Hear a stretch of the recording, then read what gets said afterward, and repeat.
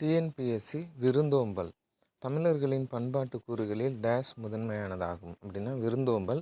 இந்த விருந்தோம்பல் தொடர்பாக டெஃபினட்டாக ஒரு கொஸ்டின் இதில் கேட்பாங்க வரப்போகிற ஜூன் 9 நடக்கிற எக்ஸாமில்.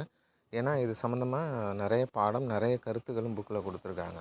தொல்காப்பியர் விருந்தே புதுமை அப்படிங்கிறாரு. அதாவது விருந்து அப்படிங்கிறது யாருன்னே தெரியாத ஒருத்தவங்களுக்கு கொடுக்குறது தான் விருந்து. இன்றைக்கி நம்ம என்ன பண்ணுறோம், நல்லா தெரிஞ்சவங்களுக்கு மட்டுமே கொடுக்குறோம். அடுத்து பாருங்கள், மடமகள் என்னும் சொல்லின் பொருள் இளமகள். ஒன்றுரா முன்றிரோ இல் பழமொழி 400 கூறும் செய்தி ஒன்றுமில்லாத வீடு அப்படின்னு எதுவுமே கிடையாது. அதான் இதோட அர்த்தம். பழமொழி 400 ஆசிரியர் முன்றுரை அறையனார். பழமொழி 400 நூலின் ஆசிரியர் முன்றுரை அறையனார். காலம் கிபி 4ஆம் நூற்றாண்டு. குழி என்பது நில அளவை பெயர். அதாவது 144 ஸ்கொயர் ஃபீட்டு தான் ஒரு குழி அப்படின்னு சொல்லுவாங்க. 100 குழி தான் ஒரு மாம்பாங்க.